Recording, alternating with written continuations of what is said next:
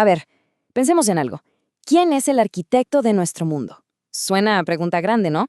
Bueno, hoy vamos a meternos de lleno en la idea de un arquitecto invisible, una fuerza que sin que nos demos cuenta le da forma a casi todo lo que hacemos, y lo más loco es que nadie la planeó. Ok, por ejemplo, el precio del café que nos tomamos en la mañana. ¿Quién lo inventó? O algo mucho más complejo, Internet. ¿Quién se sentó a diseñar toda esa red gigantesca? Son esas cosas que usamos todos los días y que la verdad casi nunca nos preguntamos de dónde salieron. Y acá viene lo increíble. La respuesta es nadie. Así de simple y a la vez alucinante.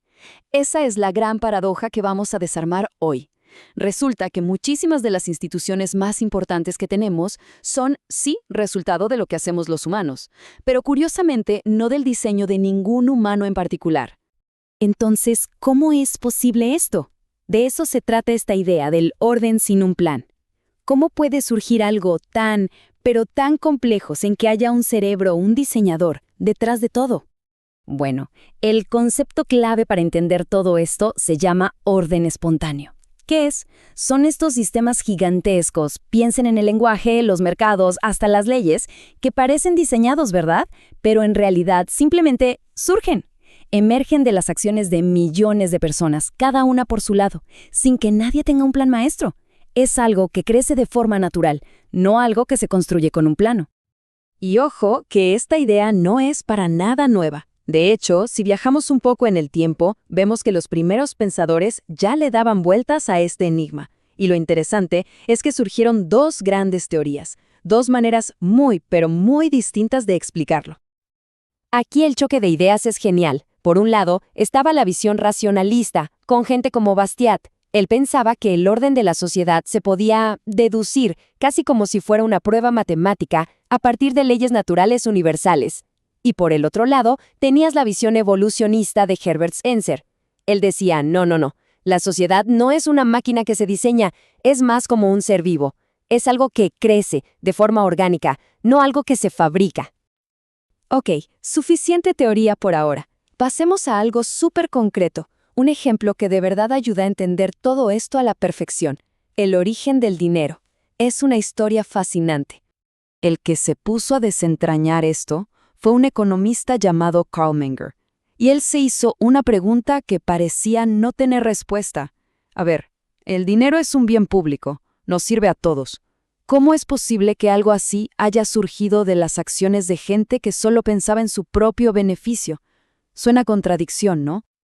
Pero Menger lo explicó paso a paso, y es brillante. Primero, el problema del trueque. Es súper ineficiente, ¿no? Necesitas que justo la otra persona quiera lo que tú tienes y tenga lo que tú quieres. Un lío. Luego, el descubrimiento. Algunos individuos más astutos se dan cuenta de que hay ciertos bienes que todo el mundo acepta más fácil, son más comerciables. Entonces viene la estrategia. Empiezan a aceptar esos bienes no porque los quieran usar, sino porque saben que después se los van a poder dar a otra persona a cambio de lo que sí quieren. Y ahí se produce la cascada. Los demás ven que esa estrategia funciona y la empiezan a copiar. Y claro, al copiarla, hacen que esos pocos bienes sean todavía más aceptados por todos. El resultado final, con el tiempo, uno de esos bienes se convierte en el medio de intercambio universal. Y así, ¡pum!, sin que nadie lo planeara, nace el dinero. El propio Menger lo dijo mejor que nadie, fíjense. Sin ningún acuerdo, sin coacción legislativa, incluso sin ninguna consideración del interés público, los individuos son llevados a cambiar sus mercancías por otras más comercializables. Es que es perfecto. Fue un proceso totalmente natural, impulsado solo por el interés de cada uno de hacer su vida un poco más fácil. Nadie dijo, vamos a inventar el dinero para el bien de la sociedad. Simplemente pasó. Pero ojo, Menger no era un optimista ciego. Él puso una advertencia súper importante. A diferencia de otros, él decía, momento, que algo sea orgánico o que haya evolucionado de forma natural, no significa que sea automáticamente mejor o perfecto. Una institución, como el derecho, por ejemplo, podía tener fallas. Su verdadero valor no estaba en su origen, sino en si de verdad era útil. Y bueno, todo esto nos trae de lleno al siglo XX, a la figura que tomó todas estas ideas y las unió en una teoría monumental, Hablamos de F.A. Hayek y su famoso problema del conocimiento. Lo que hizo Hayek fue cambiar las reglas del juego. Él dijo que el verdadero desafío de una sociedad no es tanto controlar lo que la gente hace, sino coordinar el conocimiento. ¿Qué conocimiento? El que está disperso en las mentes de millones y millones de personas. Un conocimiento sobre recursos, preferencias, condiciones locales, que es imposible que una sola mente o un solo comité pueda tener. Y es que aquí Hayek dio un paso gigante más allá de gente como Adam Smith. Ya no se trataba solo de que el interés propio de alguna manera mágica creara el bien común, no. La verdadera genialidad de un sistema de mercado es cómo aprovecha el conocimiento de millones de personas que no se conocen, que nunca van a hablar entre sí, para coordinar sus acciones. Hayek incluso le puso un nombre a este tipo de orden, catalaxia. Y es importante la diferencia que él hacía con una economía. A ver, una empresa es una economía. Tiene un propósito claro y común, ganar dinero, por ejemplo. Pero la catalaxia, o sea, el orden del mercado, no tiene un único propósito. Su función es otra. Es reconciliar los miles millones de propósitos distintos y a veces hasta contradictorios de toda la gente que participa en él. Entonces, ¿cuál es la herramienta para coordinar todo ese conocimiento disperso? Los precios. Para Hayek, los precios son señales, son información. Condensan una cantidad brutal de datos en un simple número. Como él decía, un productor no necesita saber por qué subió el precio de algo, solo necesita ver qué subió para ajustar lo que hace. Es como si un ingeniero solo necesitara mirar un par de medidores en un tablero para saber qué está pasando en toda una fábrica. El sistema de precios es una máquina increíble de ahorrar conocimiento. Claro, pero este sistema tan elegante no es infalible. ¿Qué pasa cuando este orden espontáneo falla? Bueno, Hayek identificó dos grandes culpables, dos fuentes principales de desorden. Por un lado, están lo que podríamos llamar fallas intrínsecas, o sea, cosas que al mercado por sí solo le cuesta mucho producir, como la seguridad o la defensa, los famosos bienes públicos, o problemas que genera y no resuelve, como la contaminación. Pero por otro lado, y aquí es donde él ponía más el foco, estaban los choques extrínsecos. La intervención de una autoridad externa que distorsiona esas señales naturales del sistema.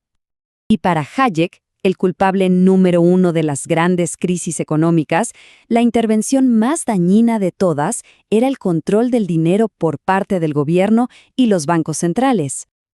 Y esto nos lleva al corazón de la teoría austríaca del ciclo económico. Imaginemos esto con el gráfico. La primera barra es la tasa de interés natural. Es un reflejo de cuánto ahorra la gente de verdad. Ahora, ¿qué pasa si una autoridad, como un banco central, mete mano y baja artificialmente esa tasa? Esa es la segunda barra. Lo que está haciendo es mandar una señal falsa al mercado. Les está diciendo a los empresarios, «Hey, hay un montón de ahorro disponible para invertir», pero es un espejismo.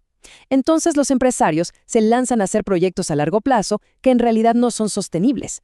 Esas son las malas inversiones. La tercera barra, altísima. Eventualmente, la realidad golpea y la burbuja explota. La crisis para ellos es simplemente el doloroso pero necesario proceso de corregir todos esos errores inducidos por la señal falsa. Entonces, si juntamos todo esto, la idea central que une a todos estos pensadores es potentísima. Nuestro mundo, nuestra civilización, se sostiene sobre órdenes increíblemente complejos, que funcionan y que nadie, absolutamente nadie, diseñó a propósito. Y esto, claro, nos deja con la gran pregunta. La pregunta del millón. ¿Cuándo debemos confiar en este arquitecto invisible? ¿Y cuándo es necesario tomar los planos y tratar de diseñar algo? Entender el poder del orden espontáneo no es un llamado a no hacer nada. Es más bien un llamado a la humildad, a ser un poco escépticos de los grandes planes que prometen soluciones perfectas desde arriba. La verdadera sabiduría, quizás, está en ese equilibrio tan difícil. Saber cuándo dar un paso atrás y dejar que el orden emerja, y cuándo, de verdad, es indispensable una intervención inteligente y bien pensada.